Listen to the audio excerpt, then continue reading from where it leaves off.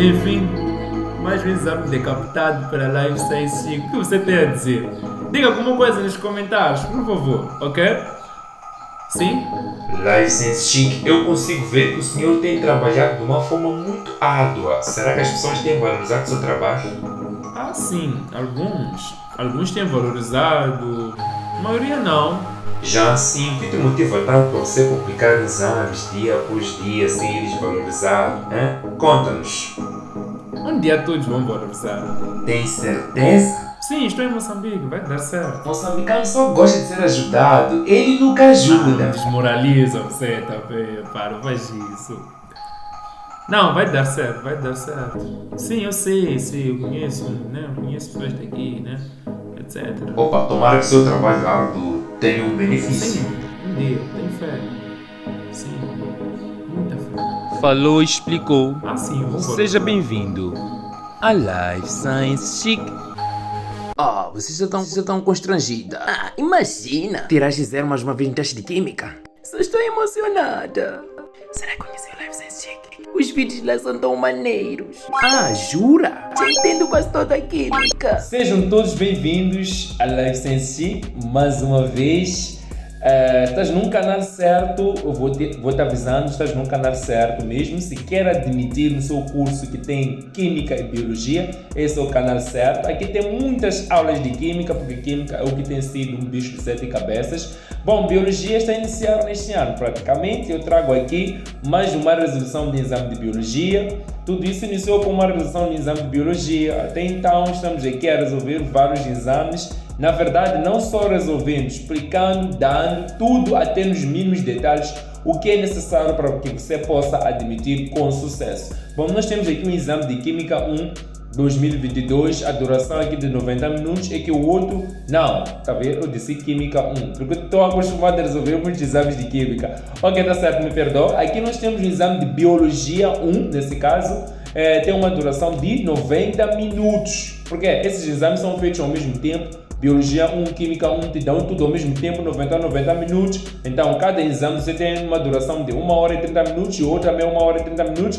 E te junta, você tem o que? Ter no total 3 horas. Agora, se você for muito eficiente, pode resolver o exame de Biologia num tempo de mais ou menos 45 minutos ou 60 minutos e o resto está lá para a Química, né? Porque muitos dizem que Química é difícil, Química é what, então você pode resolver o exame de Biologia com rapidez para poder ter mais tempo na disciplina de Química. Mas eu acredito que tudo, né? 90 minutos que lhe deram aqui, e 90 minutos que lhe deram no outro exame, são suficientes para você poder fazer os exames, né? São suficientes, nesse caso, 1 hora e 30 minutos. É muito tempo mesmo, de verdade, né? É 1 hora e 30 minutos, né? 1 hora e 30 minutos, 1 hora e 30 minutos, tudo. Soma 3 horas de tempo, você sentado a resolver os seus exames. É muita coisa. Os vídeos aqui do canal nem duram 3 horas de tempo resolvendo e fazendo o que é explicando. Nem duram esse todo tempo aí. Mesmo esse vídeo aqui não vai durar muito tempo. Era só apenas uma introdução. Então seja bem-vindo ao canal.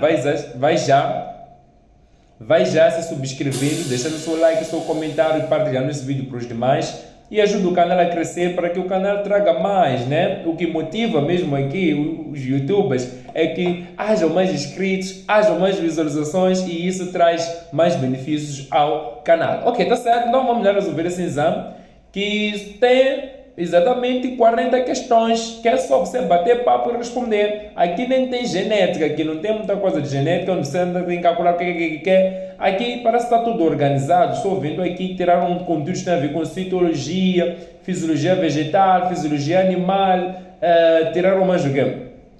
Taxonomia, ok?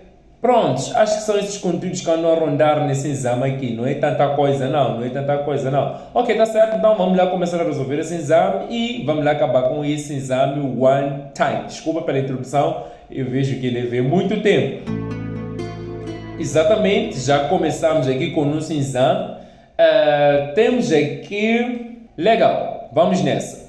Temos aqui na questão número 1, a classificação biológica, ok? A classificação biológica, também chamada de taxonomia, é um sistema que agrupa os seres vivos de acordo com... Taxonomia agrupa os seres vivos de acordo com o quê? Olhem aqui nessa imagem aqui que nós podemos observar. Olha só, essa aqui é uma árvore taxonômica, né? Taxonômica. Temos aqui que todos os organismos parece que se originaram a partir desse senhor aqui protista. Esse protista deu origem a vários organismos vivos. Nós podemos ver que isso aqui parece uma árvore que está a agrupar os seres vivos, certo? De acordo com suas características o que é comuns, né? E de acordo com sua relação que é de parentesco, né? Parentesco evolutivo, praticamente. Dá para entender que tudo partiu daqui. Bom, os organismos do reino protista são organismos praticamente complicados mesmo de verdade, porque tem um pouco de tudo. Eles se comportam, alguns se comportam como vegetais, outros se comportam como animais, outros se comportam como vegetais e animais in the same time. Então é tanta coisa, né? Bom, até que faz sentido eles dizerem que tudo parece que vem daqui do reino protista, né? Que deram origem a todos esses outros organismos vivos. Então esse ramo aqui da biologia, ele estuda o agrupamento dos seres vivos de acordo com suas características comuns e relações de parentesco evolutivo. Isso nós encontramos na opção B. Eu espero mesmo que você tenha percebido. E também te lembrar aqui, não te lembrar, te dizer aqui que se você quiser essa resolução, porque está num documento praticamente, então você tem como solicitar, né? Pode pagar um preço simbólico de 50 meticais. Eu te envio todo o documento dessa resolução que nós vamos ter aqui e prontos. Mas vamos lá na resolução, porque ainda não foi resolvido, estou a ter uma go. Vamos aqui ao número 2, já respondemos aqui a questão número 1. No número 2 nós temos aqui: as bactérias apresentam uma estrutura procariota. O que é uma estrutura procariota? São desprovidas da membrana nuclear. As bactérias não têm núcleo, certo? Este facto indica o que estes seres vivos são. Bom, se esses seres vivos não têm núcleo, nesse caso, são aqueles que apresentam uma estrutura procariota. Bom, temos aqui um exemplo de uma bactéria. Dá para entender que aqui uma bactéria, o seu DNA se encontra espalhado aonde? Se encontra espalhado aqui no citoplasma. Aqui no citoplasma nós encontramos o DNA bacteriano, que se encontra aqui o que é espalhado. Não tem núcleo. Então, se não tem núcleo, estamos desprovidos do que é? Da membrana nuclear. Isso nós podemos encontrar aonde? Podemos encontrar, desprovido da membrana plasmática, não. Formadores de músculos e esporos, não. Constituídos por parasitas obrigatórias, não, ok? Parasitas obrigatórios, o que são? São vírus, né? Então, são desprovidos de membrana nuclear. Isso nós encontramos na opção E, certo? Então, esse é o número 2 e já está o quê? Já está super resolvido. Muito bem, temos aqui o número 3. Dos seguintes organismos abaixo apresentados, indique a opção que apresenta aqueles que não são constituídos por células. Digamos que não tem células, são organismos que não têm células. Os organismos que não têm células são conhecidos como vírus. Os vírus não têm células, porque são parasitas obrigatórias. Ok, está certo. Nós temos aqui plantas, não. Esse aqui tem células, certo? A célula das plantas é uma célula eucariota, porque tem núcleo, né? Uma célula de origem vegetal, porque é uma planta nesse caso. Elefantes, não. Elefantes são seres eucariontes, né? São seres eucariontes. Não, nós temos aqui vírus causadores de SIDA, síndrome de imunodeficiência adquirida e Covid-19. Bom, até que estava bem fresquinho para nós. São esses aqui. Então isso já está super resolvido. Já se subscreveu no canal? Por favor, se inscreva nesse exato momento. Vamos aqui, então podemos observar aqui a estrutura de alguns vírus, para não ficarmos atrás. Nós temos aqui vírus da poliomielite, vírus de tabaco, temos aqui bacteriofago, vírus que atacam bactérias. Bacteriofagos são vírus que atacam bactérias. Então nós temos aqui vírus de gripe, HIV, vírus de AIDS, aqui falamos esse de Covid, como é recente, não está aqui, ok? Mas temos aqui algumas estruturas de vírus, certo? Temos aqui algumas estruturas de vírus. Lembrando que os vírus são micro-organismos muito simples, parasitas, intracelulares. Você vê que fora da célula os vírus não têm vida. Vamos ao número 4, já conversamos muito aqui. Temos aqui a inativação. Vais te meter, Alexia.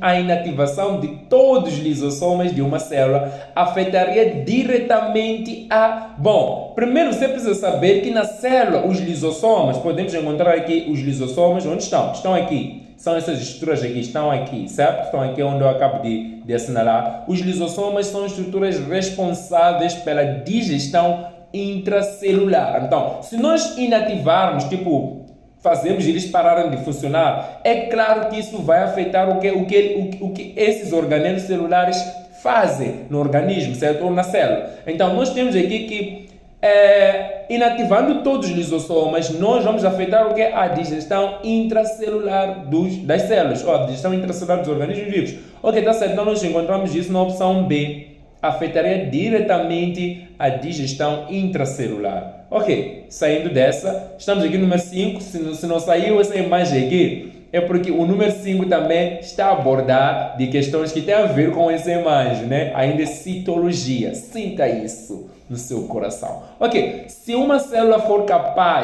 incapaz de produzir suficiente energia necessária para sua sobrevivência, é provável que tenha alguma deficiência no funcionamento dos seguintes organelos. Essa célula não é capaz de produzir energia suficiente para o quê? Para a sua sobrevivência. Então, é capaz que nessa célula, espera eu verificar uma coisa aqui. Então, se essa célula não consegue sintetizar, nesse caso, se essa célula não consegue produzir energia suficiente, de acordo com o que eles disseram aqui, é incapaz de produzir energia suficiente, então é claro que essa célula tem problemas com mitocôndrias. Por quê? Mitocôndrias são organelos responsáveis pela produção de energia nas células. Isso aqui é mitocôndria, mas iremos ver lá ao longo da nossa resolução mitocôndria sozinho, certo? Então tem problemas nas mitocôndrias, essa tal célula. Porque mitocôndria é o organelo responsável pela produção do que? De energia. Então aqui nós temos diversos organelos celulares, diversos, está aqui complexo de Golgi, mas nesse exame aqui nós vamos detalhar cada um deles aqui, então não preciso mais me matar aqui. Essa aqui nós chamamos de o quê? De retículo endoplasmático. Isso aqui é o quê? É um núcleo. A sua localização já dita tudo. É para controlar tudo que está acontecendo aqui dentro da célula. O retículo endoplasmático está bem perto do núcleo por uma simples razão. O retículo faz o quê? Faz a síntese, faz o transporte e faz o armazenamento do quê? Das proteínas. Então é tanta coisa, né? É tanta coisa com o retículo endoplasmático. Mas ok, isso nós vamos falar ao longo do caminho. Ok, tá certo? Temos aqui no número 6, nas células podem ser encontrados dois tipos de retículo. Eu estava falando do retículo lá atrás, sendo um deles o liso e o outro o rugoso. Rugoso por quê? Porque na sua estrutura tem o quê? Tem ribossomas. Ok, deixemos isso. Isso é uma outra história que eu vou contar no outro vídeo. Sobre as funções dos dois tipos de retículos, pode-se afirmar que, vamos lá ver, cada um tem a sua função, certo? Cada um tem a sua função. Aqui, ok, acho que trouxe uma célula errada, mas tem retículo endoplasmático aqui. Sim, claro, deve ter retículo endoplasmático. É uma célula de origem vegetal, deve ter retículo endoplasmático. Já identificou onde está? Está aqui. E já mostraram aqui. O rugoso está aqui, ok? Está aqui o rugoso. O liso está onde? Temos o liso aqui? Acredito que nós temos, ok, mas está tudo bem. Vamos lá falar de coisas. Está aqui o liso já está encontrado, está aqui. Ótimo. Bom, podemos afirmar o quê? Vamos lá ver. O rugoso, ele tem ribossomas na sua estrutura, né? Tem ribossomas acoplados ao retículo endoplasmático rugoso, porque tem ribossomas. O outro liso não tem ribossomas. Bom, o rugoso, ele faz a síntese do quê? De proteínas. Faz a síntese e transporte de proteínas. O liso, ele participa mais na digestão. Participa mais na como é que dizer isso aqui? Na desintoxicação celular. Exatamente, ele vai fazer o quê? Vai eliminando aquilo que é prejudicial ao que é a célula. Ok, mas isso vamos falar noutra hora. Mas já falamos, né? Já falamos também. Vejamos aqui na opção A.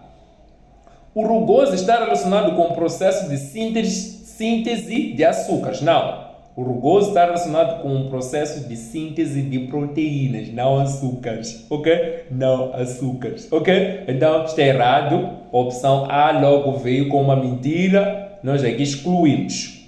B. O liso tem a função de síntese de proteínas, está a ver, né? Quem tem a função de síntese de proteínas é o rugoso. Então, isso aqui está errado. Ok? O liso é responsável pela produção de oxigênio. Não, isso aí é com mitocôndrias, pessoal. Está errado, isso é com mitocôndrias. O rugoso tem uma função de síntese de proteínas. Isso sim é que é verdade. O rugoso é responsável pela produção... não.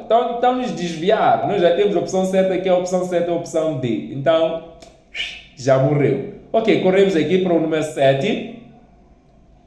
Das alternativas abaixo apresentadas, indique aquela que não expressa uma relação correta entre a estrutura celular e a sua função.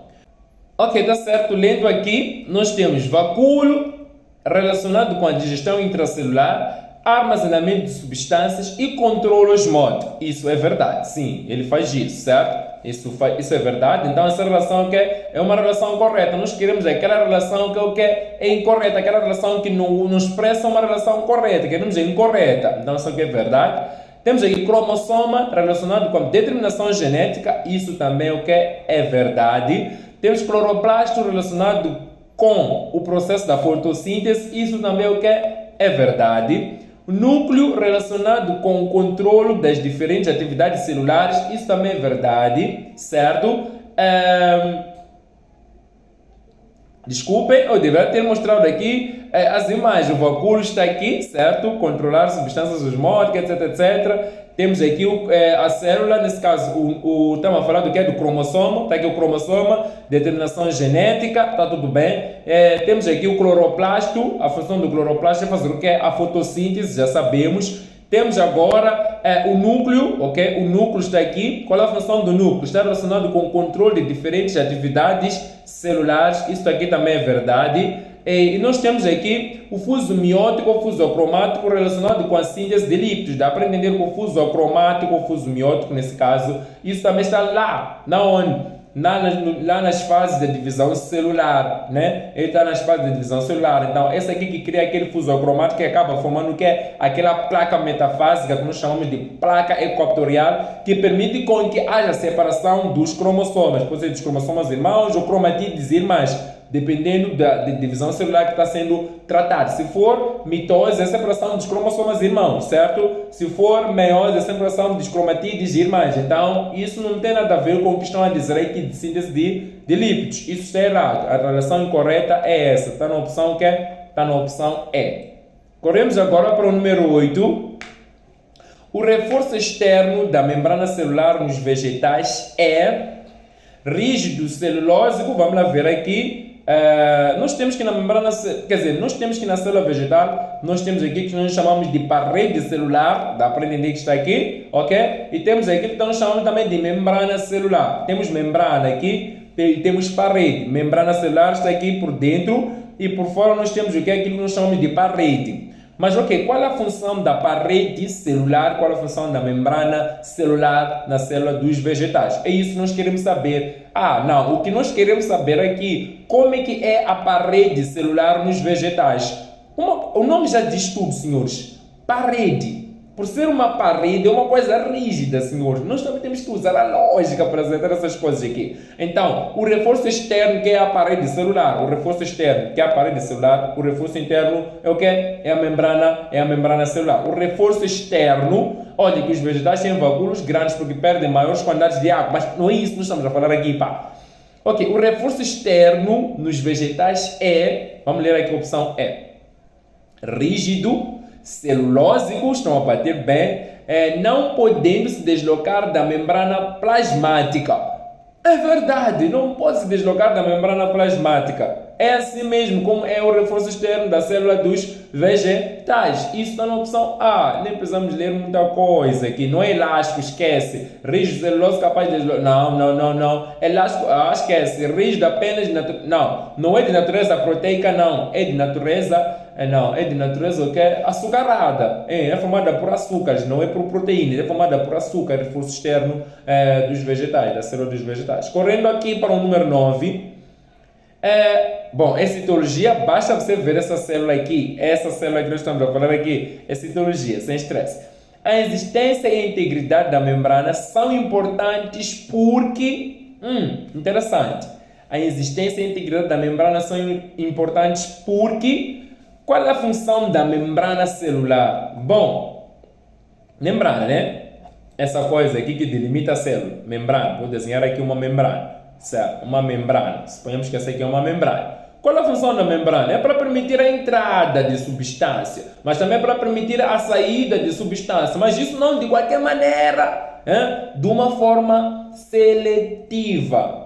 Não é para entrar e sair de qualquer maneira, não é casa de banho aqui, ok? Isso aqui é uma célula, ok? Então, não de qualquer maneira, de uma forma seletiva. Acho que nós já podemos achar a nossa opção certa. Então, comenta agora qual é a opção correta, porque você estava a ler enquanto eu estava a falar. Então, agora comenta a sua opção correta. Agora. Ok, vamos ler aqui na opção A. O que nós temos?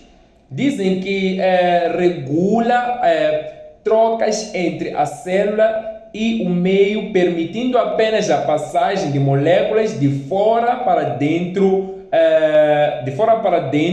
impedindo a passagem no sentido inverso. Nós já conversamos. Tem que permitir a entrada e tem que permitir a saída. Não pode permitir a entrada e não permitir a saída. Está a entender, né? Não dá para permitir a entrada e não permitir a saída. Isso está errado, certo? Isso está errado. Ok? Vamos lá na linha B. Dizem que a membrana celular, nesse caso, possibilita a manutenção da célula e a integridade da sua composição interna. Ok, é verdade, a membrana vai manter o que está aqui dentro aqui, o que está aqui dentro aqui, né? Vai possibilitar que a integridade de dentro não seja afetada. A membrana tem essa função, né? Esses organelos, não é para entender e também saírem. Esses organelos estão aqui dentro da célula, aqui, na nossa célula. O núcleo entendeu que já tem que sair da célula, então a célula fica sem comandante. Estão a ver, né? A célula acaba ficando sem comandante. Então, é isso. Então, a nossa opção certa é a opção B. Então, além do C, só por questões de precaução, impede a penetração de substâncias que estejam em excesso no meio da célula, esquece. Exige sempre o consumo de energia e captação, não. Impede a saída de água, senhores, não. Ok? Tá certo? Então, vai manter a integridade, né? A integridade. Os organelos estão dentro do que? Dentro da célula. Vamos lá correr para o número 10. No interior dos cloroplastos de mitocôndrias são encontradas pequenas quantidades de DNA. Sabia disso? Mitocôndria, cloroplasto e núcleo são organelos que carregam DNA. E essa questão que, como sai muito nos exames de biologia da UP, tem que saber os organelos que carregam o DNA, mitocôndria, cloroplasto e núcleo. Fixar isso. É uma coisa séria de verdade. Mas ok, deixa lá continuar a ler aqui. E ribossomas, tem ribossomas também. Tais componentes permitem que os cloroplastos sejam capazes de realizar, vejamos aqui, nós temos aqui a mitocôndria, certo? Mitocôndria, e nós temos aqui o cloroplasto. Esses dois organelos têm um DNA dentro da sua composição, na composição interna. Na sua composição interna, esses organelos têm um DNA. Está aqui, mitocôndria está aqui, tem um DNA, está aqui, tá aqui o DNA. O cloroplasto também tem o quê? Tem um DNA. O núcleo também tem o quê? Tem DNA. Ok, mas não estamos a falar de núcleo aqui. Ok, então esses componentes permitem o quê? Então temos aqui na opção A, fluorescência e síntese lipídica, esquece. B, fotossíntese e secreção celular. C, ciclo de Krebs, síntese da ATP. Fermentação aeróbica, síntese de clorofila, autoduplicação e síntese proteica. Bom, aqui nós falamos de DNA. Qual é a função do DNA numa célula? A função do DNA é de permitir autoduplicação e a síntese do quê? E a síntese de proteínas. Sabem como é que é, né? Quando estamos a falar de síntese proteica, que geralmente acontece naquela fase que nós chamamos de G1 do ciclo celular, porque no ciclo celular nós temos G1, onde acontece a síntese de proteínas, crescimento celular, para depois passarmos para a fase S, onde a célula vai fazer o quê? Vai duplicar a sua informação genética. Estão vendo, né? Vai duplicar, autoduplicação, falamos aqui. E depois de sair da fase S, nós vamos na fase G2, onde a célula vai fazer uma preparação final. Depois aí é quando a célula já é capaz de entrar o quê? Entrar em tal divisão celular. Sai do ciclo, agora entra em divisão celular. Então, esse DNA, esse RNA que esses dois organelos possuem, permite com que a célula seja capaz de fazer autoduplicação e síntese de proteínas. Isso nós encontramos na opção D. Eu espero que você tenha percebido mesmo de verdade essa explicação. Correndo para o número 11. Ao comparar-se os tecidos conjuntivo e muscular, nota-se que um organelo celular está presente em maior quantidade nas células musculares. Este fato é devido à maior necessidade de Por quê? Nós estamos a comparar um organelo muscular, um tecido conjuntivo e um tecido muscular. Ok, nós temos aqui, o corpo humano é formado por... Esse não é meu corpo, não, relaxa, vamos comparar. Não. Até que estou a ir um pouco, mas não é. Nós temos aqui que o corpo humano tem vários tecidos. Temos aqui tecido muscular estriado, cardíaco, tecido muscular estriado esquelético, tecido muscular não estriado. Então são tantos. E aqui também temos aqui os exemplos desses órgãos que têm esses tais tecidos. Mas temos vários tecidos lá. Ok, então por que nós estamos a notar que um dos organelos ele tem mais quantidade do que? Porque aqui dizem que ao comparar-se um tecido conjuntivo, aqui nós temos conjuntivo, aqui nesses exemplos, não, deveria ter trago conjuntivo.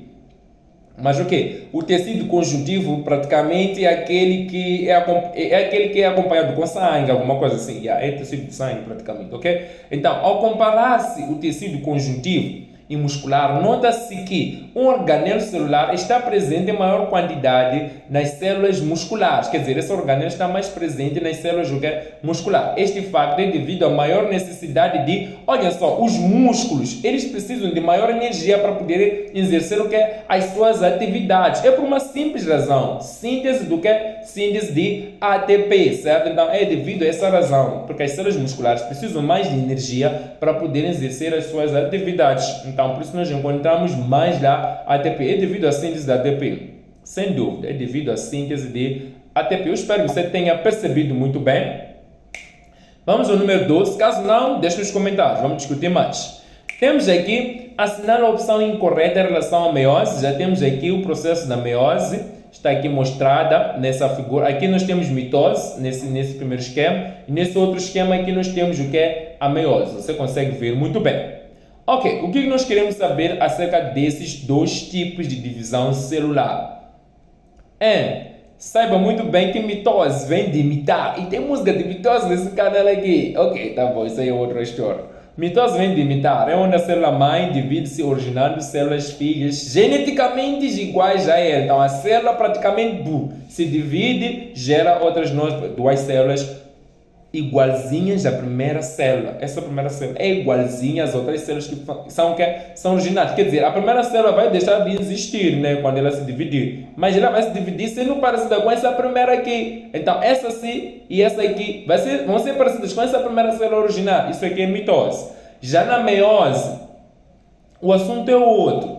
Porque nós temos uma célula, essa célula primeiro tem que vir aí de uma junção, geralmente é aquilo que nós chamamos de fecundação, etc., para a reprodução, porque mitose é mais para crescimento, regeneração dos tecidos, participa mais nas células somáticas. Enquanto que meiose já é para reprodução. Então, tem que haver junção para você, por exemplo, nascer.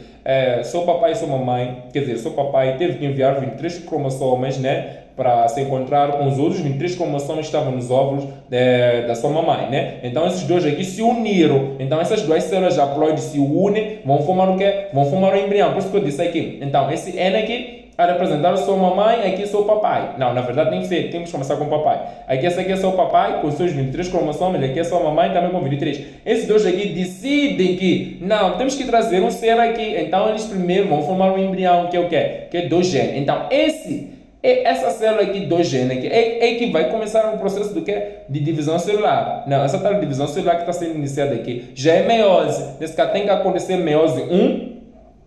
Primeiro essa célula aqui vai se dividir.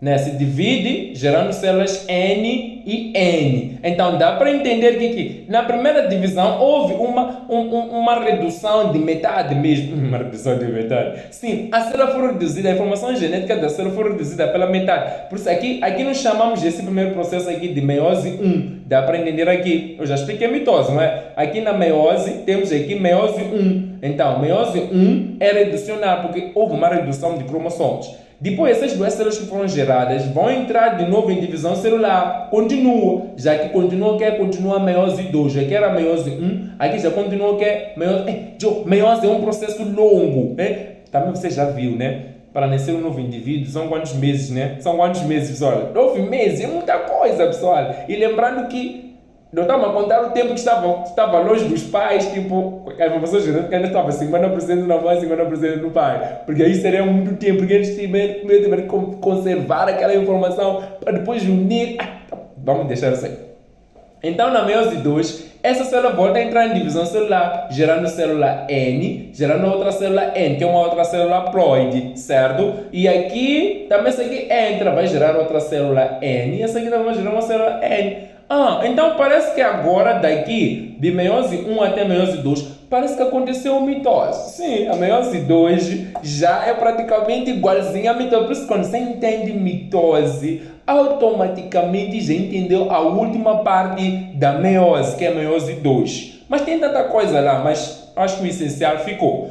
Podemos ler aqui e ver onde que nós vamos ficar, né? Dizem que assinala a afirmação incorreta em relação à meiose. É um processo de divisão celular que resulta na formação de 4 células haploides. Isso é verdade. Então aqui, já contamos, pessoal. São quantas células aqui? Não é 1, 2, 3, 4, originadas no final. É isso. Isso aqui é verdade, pessoal. Isso aqui é verdade.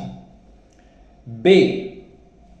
Na primeira divisão resultam 2 células com metade do número de cromossomos da célula mãe. Lembra daquilo que eu expliquei? Eu disse, na primeira divisão dessa célula aqui, resulta na formação de células que têm a metade da informação genética da célula mãe. Isso é verdade também.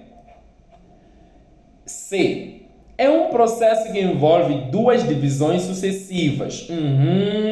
Meiose 1 redicional, já dissemos que é redicional meiose 1. Meiose 2 equacional. Equacional porque já está equacional. Então, ver que aqui já é igual aqui. Temos o mesmo número de cromossomas. Essa aqui tem o mesmo número que essa aqui. Essa aqui também tem o mesmo número que essa aqui. Já é equacional, está a ver? Equacionar tudo. Então, é verdade, é verdade. Parece que não estamos encontrando a falha, sabe? Ok, vamos lá procurar, pessoal. Já estamos quase. É um processo de divisão celular que está somente associado à reprodução sexuada. Aqui onde meteram água. A meiose está associada à reprodução sexuada e não assexuada. Viram, né? Para unir esses cromossomos tem que haver uma reprodução sexuada. Não sei se está a perceber, né? Ok, tá bom. Então isso que está errado. Isso que está errado. A incorreta aqui é essa. É D. Então, vamos lá. Número 13. Houve tanta coisa aqui, pá. Número 13, em relação ao processo de divisão celular para a produção de gametas, é incorreto afirmar que produção de gametas nós chamamos de quê? De gametogênese, ok? Temos gametogênese e temos também espermatogênese, né? Gametogênese forma gametas, né? Tanto masculinas assim como femininas, né? É verdade isso aí. Gametogênese é um processo responsável pela formação de quê? De gametas. Ok, tá bom. Então, gametogênese pode formar gametas masculinas, assim como gametas femininas. Quando forma gametas masculinas, chamamos de espermatogênese. Quando forma gametas femininas, chamamos de ovogênese. Então, rima com... Aqui, por exemplo, aqui, o exemplo que está aqui é de ovogênese. Aqui é uma mulher, isso aqui, tá bom? É uma mulher. Aqui é ovogênese. Ok, então aqui é um exemplo que eu trouxe aqui também. Eu trouxe isso aqui para quê? Para ilustrar aquilo que vai acontecer aqui. Olha só, dizem que gametogênese é um processo de formação de gametas. Isso é verdade. É o que eu disse logo no início do vídeo, né? No início da resolução dessa questão. É verdade. Dizem que a formação de gametas só pode ocorrer apenas por meio de divisões celulares meióticas.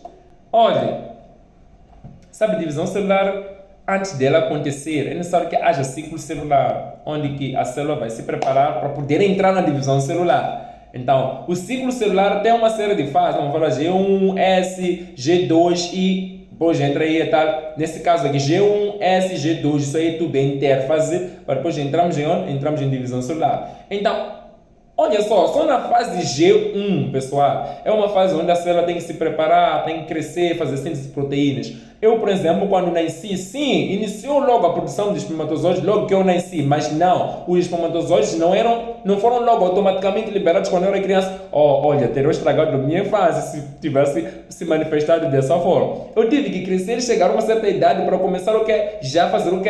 A libertar eles, né? A libertar eles, ejacular eles praticamente. Então, primeiro tem que haver crescimento, Então, quando você diz que primeiro tem que haver crescimento, está assumindo automaticamente que tem que acontecer muitas mitoses sucessivas. Então, não é só meiose, não é só divisões meióticas, porque meiose já praticamente já é mais para formar essas células haploides que vão se unir com as outras células. Já expliquei no outro número anterior, não sei se você dá para entender, essas células aqui, NN, já são células haploides, são essas células que são enviadas para o óvulo, né, que é haploide também, para poder gerar um novo ser.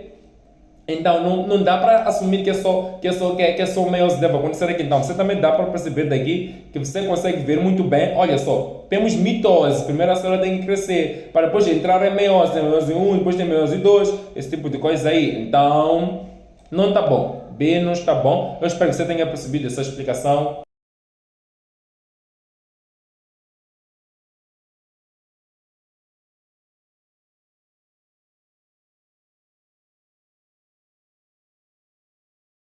Então, já dá para perceber que isso não é verdade. Então, essa nossa opção B aqui é a nossa opção incorreta. Então, marcamos aqui a opção B, é a nossa opção incorreta. Vamos aqui ao número 14.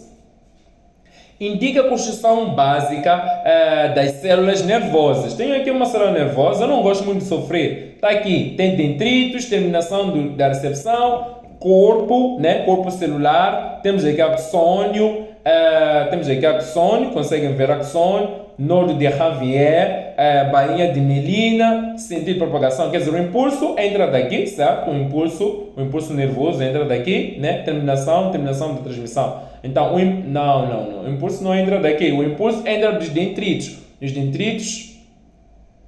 Exatamente. O impulso entra dos dendritos, entra daqui o impulso nervoso. Então, já é encaminhado até toda essa célula nervosa. Consegue ver que essa célula nervosa é um pouco diferente das outras células que você conhece, tais como... Mas é bem parecido com o espermatozoide, não é assim? É bem parecido com o espermatozoide. É por isso que alguns filósofos dizem que o homem traz a essência, a mulher traz o material. Ok, nada, não quero ofender ninguém. Ok, tá certo. Então, já encontramos aqui a nossa opção correta. É corpo celular, não tem parede, porque isso aqui é uma célula animal. Nós temos corpo celular, axônio e dendritos, é o que nós temos aqui. Isso nós encontramos na opção C. Vamos aqui ao número 15. As células epiteliais encontram-se fortemente unidas, sendo necessária uma força considerável para separá-las. Isto se deve à ação de estruturas designadas por... Muito bem, essas estruturas são conhecidas como desmossomas. Essas estruturas aqui são responsáveis por transmitir o que é a rigidez nas células, é o que mantém as células unidas, certo? Então, por exemplo, a minha pele assim, só começo a puxar, se os meus desmossomas fossem tão fracos, isso aqui ia se arrancar do nada, né? Que nem zumbi, mas não sou zumbi, estão a ver, né? Então, essa estrutura aqui conhecida por manter as células unidas, é conhecida como desmossomas, certo? É conhecida por desmossomas. Isso garante mesmo que alguém seja mais forte, né? Senão você ia chegar ali, puxar a tua amiga pelo braço, o braço sair, se os desmossomas fossem tão fraquinhos assim. É uma estrutura conhecida por desmossoma, é só fixar isso, desmossoma. Ok, temos aqui o número 16. Uma propriedade da membrana plasmática permite que algumas substâncias entrem com maior facilidade para o interior da célula do que as outras. Essa propriedade é designada por, já falamos aqui, bom, só para você ver essa célula aqui, isso significa que nós estamos a tratar do quê? Estamos a tratar de citologia. Bom, nós já dissemos que a membrana celular, é responsável pela entrada e a saída de substâncias, certo? Então, aqui vai permitir o quê? Vai permitir a entrada de substâncias, também vai permitir o quê? A saída de substâncias. Só que essas substâncias não vão entrar e sair de qualquer maneira. Não é casa de banho isso aqui, tá bom? Então, essas substâncias vão entrar e sair de uma forma que de uma forma seletiva. Então, as substâncias entram e saem da célula de uma forma seletiva. Então, é devido a essa propriedade que é conhecida como propriedade seletiva. A membrana celular, ela escolhe quem deve entrar, quem não deve entrar. É que nem o M. O M também escolhe quem deve admitir, quem não deve admitir, dependendo da nota que cada integrante tirou durante a realização do exame. Mas é normal você bater teu 14, ficar na tua casa com o teu 14, pelo menos o ativo ganhar, né? Só ficaste, ok? Então, essa estrutura é conhecida por essa propriedade é conhecida por permeabilidade seletiva, certo? Também você tem que ser seletivo, certo? Em termos de amizades. Temos aqui no número 17, também essa questão aqui aborda sobre citologia. Basta vocês ver essa célula, a história é a mesmíssima. Ok, no que respeita... No que respeita às funções de alguns organismos celulares, assinale a afirmação correta. Só queremos a correta, certo? É só ler, avaliar, ver se dá ou não dá. Ok? Temos aqui na alternativa a parede celular está presente tanto nas células dos animais, como nas células dos vegetais. Não estão a falar bem, certo? Bom, nem todos os animais, nesse caso aqui está a dizer, a parede celular está presente mais na célula de origem vegetal. Por isso que são rígidos. Quando você chega no caule, tenta ali furar, etc. Tu consegue ver, né? Então, isso aí é uma coisinha bem difícil, porque a parede celular dos vegetais é rígida, ok? É rígida, celulósica também. Então, não está presente na célula dos animais. Isso não é verdade. Então, excluímos. Vamos aqui. A mitocôndria é responsável pela respiração celular. É verdade. Concordo também, plenamente. Por isso, ela não é encontrada nas células dos vegetais. Como assim? Se os vegetais também devem respirar. Os vegetais também respiram, são seres vivos, né? Eles respiram também, né? Só que eles passam mais tempo produzindo o seu alimento do que respirar. Comparando conosco, nós passamos mais tempo respirando e não produzimos nosso próprio alimento. Por isso que nós somos o quê? Somos heterotróficos. Os vegetais são o quê? São autotróficos. As plantas produzem o seu próprio alimento e voltam a respirar, certo? Então, tem plantas que respiram mais do que deveriam, por isso que não vivem muito tempo, e tem plantas que respiram pouco. Isso você vai conseguir ver. Tem plantas de tipo C1, C2, C3, C4. Não, isso aí você vai estudar na faculdade, tá bom? Então, eu estou a falar muitas coisas aqui. Então, aquilo é verdade. Ok, temos aqui na opção C as funções do complexo de Golgi, ou aparelho de Golgi, ou ainda complexo de Golgi-Niense. São tantos nomes, são de modificar, armazenar e exportar as proteínas sintetizadas no retículo endoplasmático rugoso. Isso é verdade. Nós queremos o quê?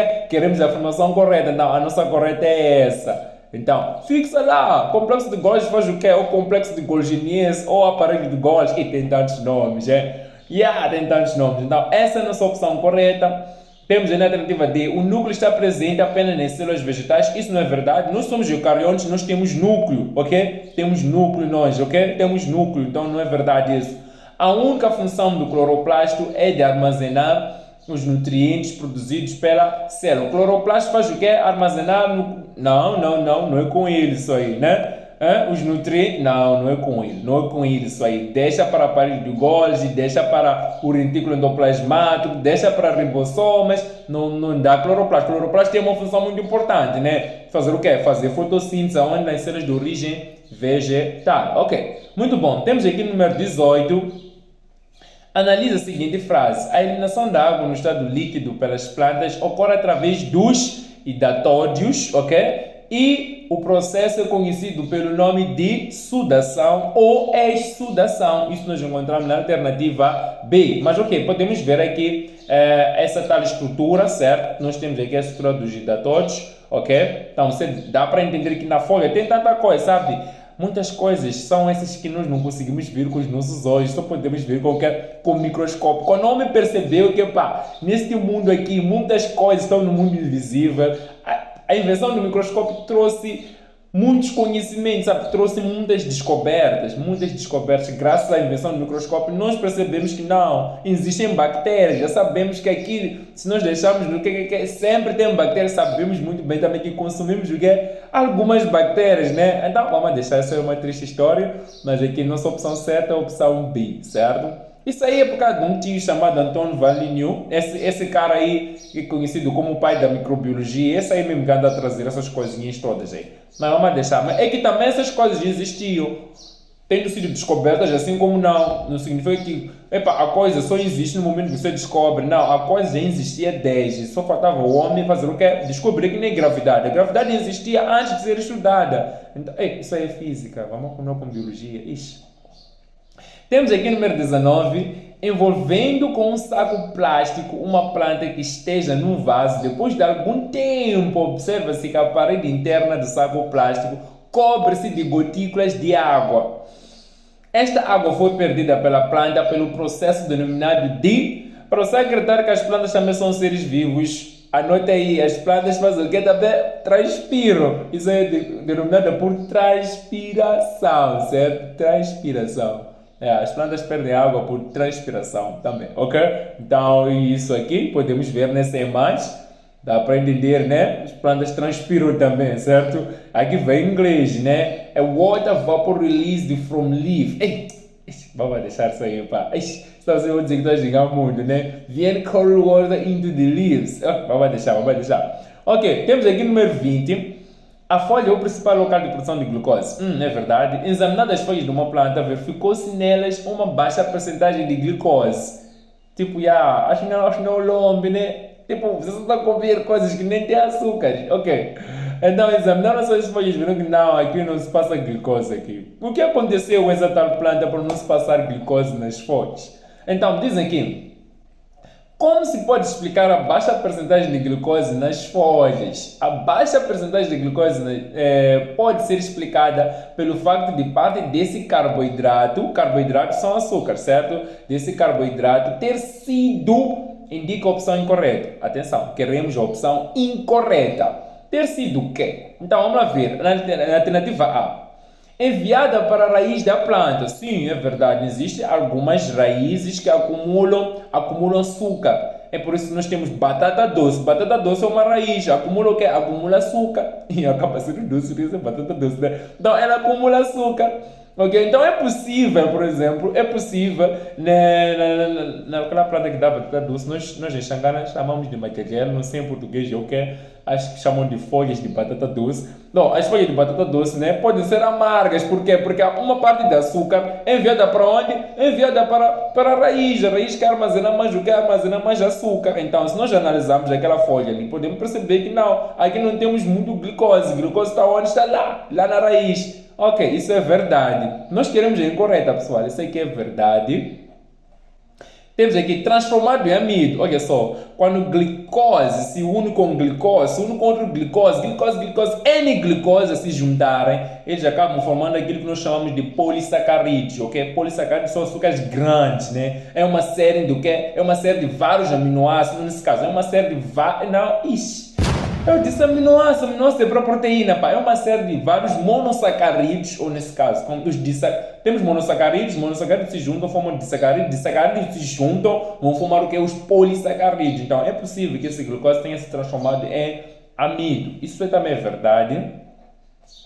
Lendo aqui a opção C, transportado para o ar por evotranspiração. É aqui onde meteram água. Não meteram água, na verdade. Sim, meteram água, falando de evotranspiração. Olha só, o açúcar não tem como evaporar. Nós sabemos muito bem, o açúcar é um sólido, né? É um sólido, então não tem como. Essa aqui é a nossa incorreta. Então, lendo aqui D, transformado em celulose, sim, celulose também é um polissacarídeo, certo? Amido e celulose são polissacarídeos. Não se esqueça que a substância de reserva das plantas é o amido e a substância de reserva dos animais é o glicogênio, mas não é isso que nós estamos a tratar aqui. Então é possível que tenha sido transformado em celulose. Transformado em substâncias de reserva, sim, tem plantas que armazenam açúcares, né? Qual é o tecido, nesse caso? Qual é o tecido que armazena substâncias de reserva nas plantas? Eu falei de que a substância de reserva nas plantas é o amido, né? É armazenado aonde? Qual é? Nós chamamos de o que mesmo? Chamamos de tecido vegetal que armazena isso. Qual é esse tecido? Comenta agora nos comentários, mas nós já falamos lá em cima qual era o tecido. Comenta aí nos comentários, ok? Tá certo? Então isso aqui também é verdade. E pronto, já estamos na nossa incorreta, só estava a explicar aqui, etc. Vamos agora ao número 21, certo? Temos aqui o número 21. O solo contido num vaso onde cresce uma planta ornamental, uma planta de jardim ornamental, né? Que produz flores. Foi regado com água misturada com um corante. Há um idiota aí que levou água que tinha o quê? Corante, foi regar a planta. Disse que já é que é planta, né? Há de se virar, não tem estresse. Só que aconteceu algum estresse. Depois de algum tempo, as flores apresentavam sinais de corante adicionado. E disse, eu fiz mágica, minhas flores já não são brancas, têm a cor do corante. O que aconteceu? Isso demonstra que ocorreu o processo do quê? Isso demonstra que a planta, né, através das suas raízes, fez o quê? Quando aquele idiota adicionou aquela água com corante, aquela planta absorveu o corante e enviou, né? Sabe como é que é? Absorve, tem pelos absorventes na raiz, certo? Tem pelos absorventes na raiz que vão absorver a água e sais minerais. Por acaso, esse corante também foi absorvido. Depois o xilema faz o quê? Conduz isso, né? Porque o xilema conduz a seiva bruta. Então depois vai ter na folhas onde essa seiva vai ser produzida, né? Vai produzir açúcar, etc, juntamente com a fotossíntese. Então vai ser o que a seiva elaborada. Só que nesse processo de produção, com esse corante, foi contido. Então, por isso que as flores acabaram tendo o que? Essa tal cor do corante. Então, ok. Isso é tanta coisa que eu falei, né? Eu espero que você tenha percebido que a planta deve ter feito o que? A absorção do corante. Temos aqui no número 22, certo? A fotossíntese libera para a atmosfera. O processo da fotossíntese nós conhecemos muito bem. Podemos ver aqui que começa assim, dióxido de carbono reage com água, né? Para produzir o que é? Para produzir açúcar e o que é? Água e o que é? E oxigênio, liberta oxigênio. Só que essa equação aqui parece que não está nada certa. Aqui estou a ver um 12 aqui. Aqui houve uma falha, aqui não fui eu, ok? Aqui tinha que vir um 6, ok? Durante a edição vou colocar 6 aqui, um 6 que deve vir aqui, ok? É um 6. Ok, então sabemos muito bem que isso acontece assim, depois tem que a presença do que? Da luz solar. Então, quando acontece isso, olha só, dióxido de carbono que é o ar que nós expiramos, né? Expiramos, né? Porque nós fazemos inspiração e expiração. Então, na inspiração nós tiramos dióxido de carbono, só que também não é dióxido de carbono dos animais só, também tem dióxido de carbono libertado pelas indústrias, etc. Então, as plantas captam esse dióxido de carbono, certo?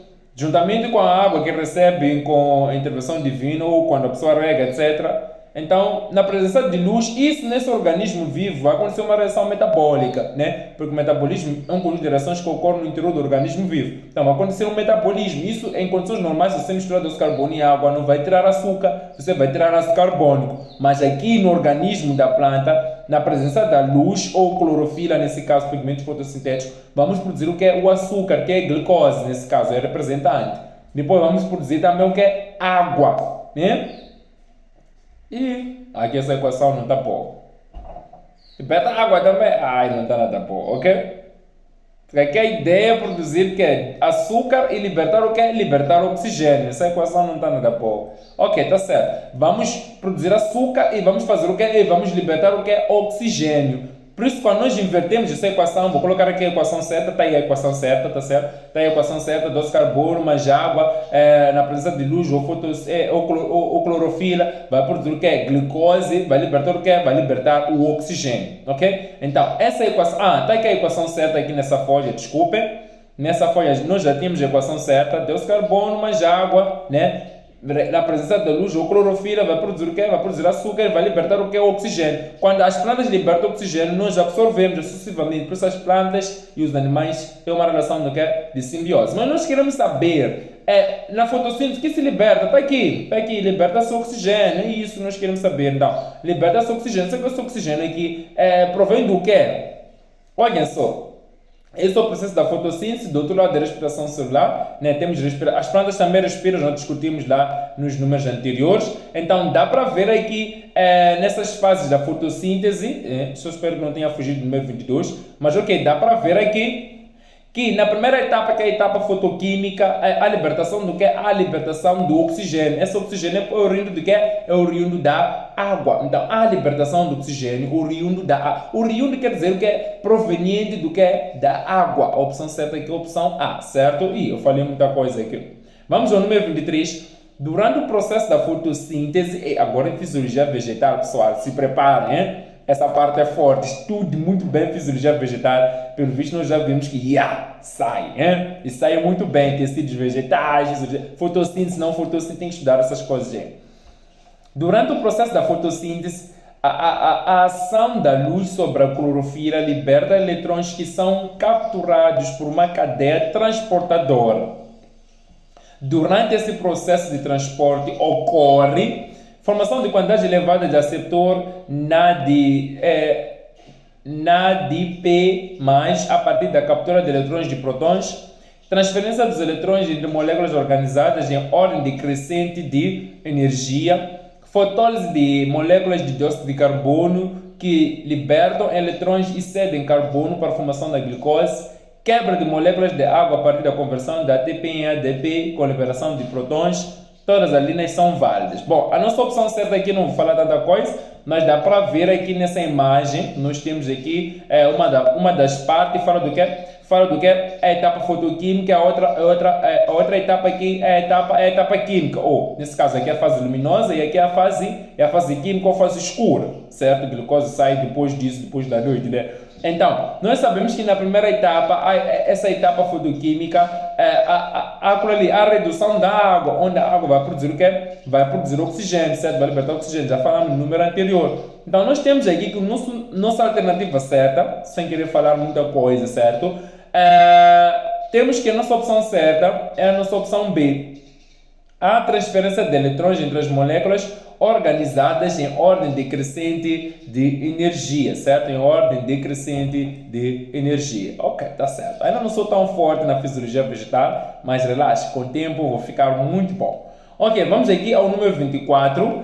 Quando se elimina a gema apical de uma laranjeira, geralmente olha só, cortaram essa parte que conseguem ver aqui. Cortaram essa parte aqui, então a planta como ainda está a viver, ela não pode parar de viver só porque você cortou aqui. Então ela desenvolve aqui as gemas laterais, quer dizer, já cresce dos lados, consegue, já viu aqui, já não se passa nada aqui, parece que já nos mataram um pouco. Então a planta decide crescer onde? Dos lados. Então, o que acontece aqui, nossa opção certa é aqui, desenvolve as gemas laterais e ramifica-se. Nossa opção certa aqui é a opção B.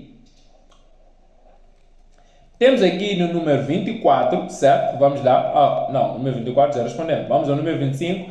Uma diferença básica entre as plantas e animais é a capacidade que as plantas possuem para... Sabemos que as plantas realizam fotossíntese, né? Produzem o seu próprio alimento. Os animais não. Os animais, eles dependem das plantas praticamente para poderem viver, porque devem fazer o que? A respiração celular, devem consumir açúcar. Então, a diferença existente entre plantas e animais é que as plantas têm a capacidade de fixar o dióxido de carbono, certo? E produzir glicose. E nós, a partir disso, nós não podemos fazer nada. Então, é a capacidade que as plantas têm de fixar dióxido de carbono para produzir o que é glicose. Então, é essa diferença aqui que nos torna bem diferentes. 26. As trocas gasosas ao nível das folhas ocorrem através de numerosas aberturas epidérmicas denominadas... Bom, essas aberturas chamam-se estomas, certo? São estomas. E pá, não consegui baixar a imagem de estoma, mas acredito que durante a edição vou colocar... está aí, estoma. Muito bem. Nas folhas, esses estomas são encontrados nas folhas, certo? Vamos aqui ao número 27. Aí, de novo fotossíntese, né? Etapas, né? O processo de fotossíntese ocorre em duas etapas. Fotoquímica ou fase clara. E a química ou fase escura, já tinha comentado no número anterior. Na primeira etapa ou fase não acontece na primeira etapa, produção de ATP, produção de ADP-H2, utilização de dióxido de carbono, produção de oxigênio, fotólise da água. Na primeira etapa, o que não acontece? Não acontece a utilização de dióxido de carbono. Dá para ver aqui o dióxido de carbono utilizado na fase química, que é a fase escura. Na primeira etapa, na etapa fotoquímica, não há utilização do dióxido de carbono, certo? Isso está acabando a carga, tem que conectar aqui.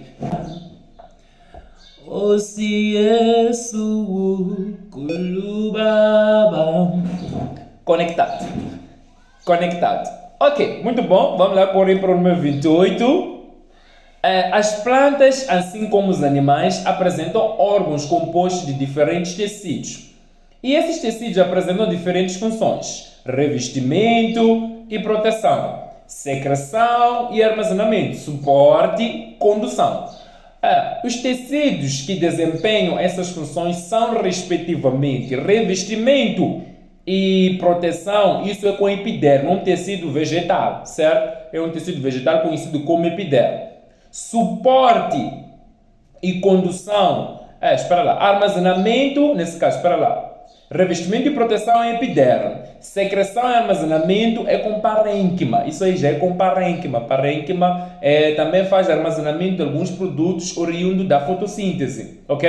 Suporte e condução, isso já é com esclerênquima. O que? Esclerênquima. Suporte e condução já é com o que? Não. Suporte é esclerênquima e condução é o que? É o floema. Isso nós encontramos na opção D. Mas dá para ver esses tecidos aqui. Eu fiz uma coleta deles. Temos aqui o tecido meristmático, que é responsável pelo crescimento, certo? tem crescimento em altura, tem crescimento em largura. Então, meristema primário é crescimento em altura e meristema secundário é crescimento em espessura ou largura, essas coisas. Epiderme, já falamos que é para proteção, certo? Revestimento e proteção.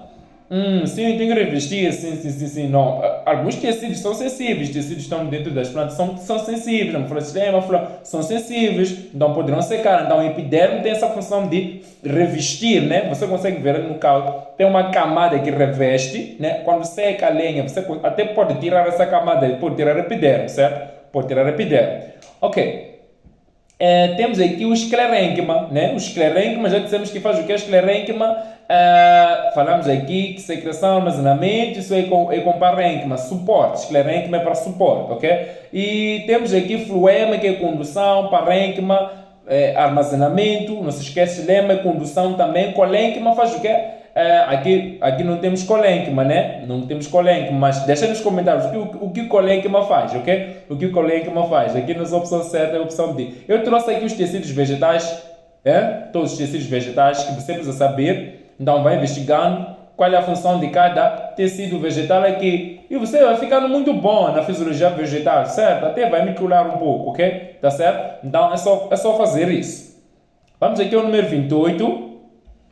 Na figura ilustrada, observa-se o fototropismo do caule e o seu desenvolvimento depende da concentração da aia. Aia, o que é isso aqui? É uma hormona, certo? Chama-se o quê? Estou a esquecer. É ácido é ácido iodo alguma coisa. Abscísico, né? Ácido. Droga, veja o nome, tá aí. Ok, tá bom. Em regiões específicas do vegetal, em relação à concentração desse hormônio, nesse caso, desse ácido, para o crescimento desse vegetal, é correto afirmar que, olha só, nós temos luz aqui. Nós temos luz. Vou trazer aqui a imagem para ficar bem visível para nós. Nós temos essa luz aqui que estamos a iluminar essa planta. Aqui está a acontecer um fenômeno que é conhecido como fototropismo, onde as plantas crescem em direção da luz. Sabe como é que é? Por causa daquelas coisas de fotossíntese, as plantas precisam de luz também para poderem realizar o que é fotossíntese. Por isso que as plantas que crescem nas sombras têm umas folhas esquisitas, são bem altas, estão a crescer de qualquer maneira, estão a entender, né? Porque as plantas precisam da luz. Ok, então a planta segue essa luz. Então o que é correto afirmar aqui? Deixa-me ler aqui as opções. A concentração dessa substância é distribuída de maneira uniforme na região apical do caule. A concentração desse ácido é maior no lado 1. A região 2 foi a que mais cresceu. D. A distribuição da concentração do AI é mesmo observada no caule.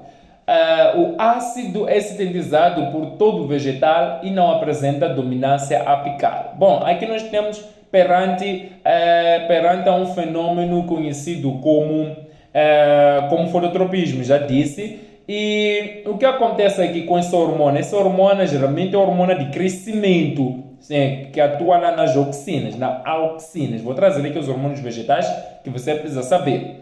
Acontece que a nossa opção certa aqui é a opção B. A concentração desse ácido é maior no lado 1. Por quê? Essa hormona é sensível à luz, certo? Então, a área que é mais iluminada tem a baixa concentração desse hormônio. A área que não é iluminada, por isso que acabou tendo uma curvatura, é a área que tem maior concentração desse hormônio, ok?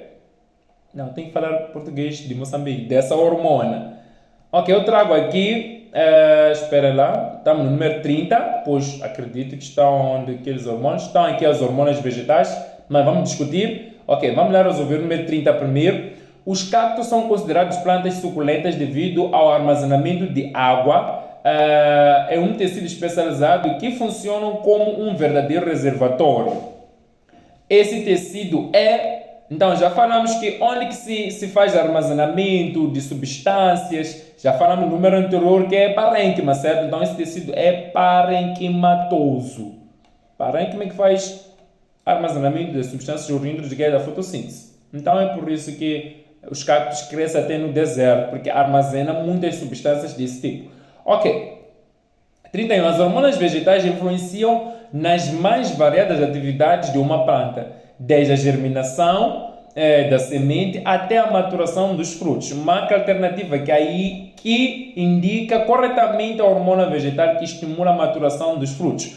A hormona vegetal que estimula a maturação dos frutos é o etileno. Bom, aqui também temos outros hormônios que você precisa saber, que citocina, auxina, ácido abscíssico e giberina. Você precisa saber desses hormônios. Eu trago aqui esses hormônios, auxinas, o que fazem? Crescimento de órgãos vegetais, raiz, gema lateral, caule, ok? Então essa é a função da auxina, ok? E descreveram outras coisas, se você ler aí. Temos aqui ácido abscíssico, ok? Promove o que? A dormência de sementes e gemas. Fechamento estomático, então essa hormona faz isso. Temos aqui o etileno, que já falamos dele, é a queda das folhas dos frutos, maturação dos frutos, é isso que nós falamos aqui, nesse número. Giberelinas, crescimento junto das auxinas, quebra e dormência das sementes e gema, não é? Partinocarpia, ok, tá certo. É só você ler bem e, bom, aqui é um resumo sobre os hormônios vegetais. Citocininas estimulam o crescimento de divisões celulares, crescimento, ok? Senescente. Okay, não entendi isso aqui. Ok, mas está tudo bem. É só você ler bem e pesquisar mais algumas funções desses hormônios. Só ver aqui auxinas, ácido abscíssico, etileno, giberelinas, citocininas. Ok? Então é isso que você precisa saber aqui. Bom, com uma forma de você também dominar a fisiologia vegetal, porque traz tanta coisa. Ok, estamos aqui no número 32. A combinação de três forças permite manter a corrente transpiração responsáveis pela geração de déficit hídrico ao nível da raiz e, consequentemente, a absorção de água. Essas três forças são nomeadamente, tesão, coesão e adesão. São essas três forças que estão aqui. Aqui não tem como pressão não é força, pessoal. Aqui onde meteram a difusão, esquece. É a opção B, ok? Temos aqui no número 33, estamos quase para acabar com esse exame, já não falta muita coisa. Ok, no número 33 nós temos aqui a libertação dos íons de cálcio e magnésio no processo de contração de uma fibra muscular estriada esquelética envolve diversos componentes celulares, com exceção do... aquela imagem, tem uma imagem que eu tinha editado, eu precisava dessa imagem, afinal era para esse número aqui. Ok, temos lisossomas, sistema de T, retículo endoplasmático, sarcoplasma, retículo sarcoplasmático. Ok, tá certo. Nós temos aqui que a nossa opção certa é a opção A, são os lisossomas, o resto aqui faz parte. O retículo endoplasmático sabemos muito bem que faz síntese, transporte e armazenamento de substâncias. Então, nós temos que a nossa opção certa aqui a exceção dos lisossomas. Os lisossomas não entram nesse processo. Vamos aqui ao número 34. Durante o ciclo menstrual, ocorre espessamento do endométrio, a camada interna do útero. O espessamento do útero é necessário para a gravidez porque, trago aqui essa estrutura maravilhosa que todo mundo conhece, porque todo mundo já viu nela. Ok? Exatamente aqui no útero, no gibeleguer. Ok, esse espessamento é para quê? Bem. Vamos ler aqui na opção A. Fornece nutrientes para os espermatozoides? Para quê? Nós não precisamos disso. Não precisamos mesmo de verdade. Cada um tem a sua estrutura. Nossa estrutura reprodutora masculina. E não está assim, é uma máquina verdade. Esquece lá, pá. B. Aumenta a produção da hormona oxitocina. Deixa nos comentários qual é a função dessa hormona no organismo. Pode ser, né? Tá certo. Temos aqui na opção C. Garante um ambiente adequado para a fecundação. Temos aqui na opção D. Proporciona um local adequado para a implantação do embrião. Temos aqui na opção E. Melhora o movimento dos espermatozoides. Não, aqui não se produz espermatozoides. Ok, cada um entra aqui. Não, melhorar. Nós já conhecemos o caminho. Já sabemos para onde nós vamos, ok? Ok, tá certo. Então, qual é a opção certa aqui? Qual é a opção certa? Ok, na verdade, esse espaçamento que existe aqui no útero, esse espaçamento aqui praticamente aqui no útero, é para garantir um ambiente adequado para a fecundação, certo? Esse espaçamento aqui é para garantir um ambiente adequado para a fecundação. Então, a fecundação acontece aonde? Quer deixar nos comentários? Eu respondo agora. Ok, tá certo. A fecundação vai acontecer exatamente aqui nas trompas de Fallope, não no útero. No útero já é para a implantação do quê?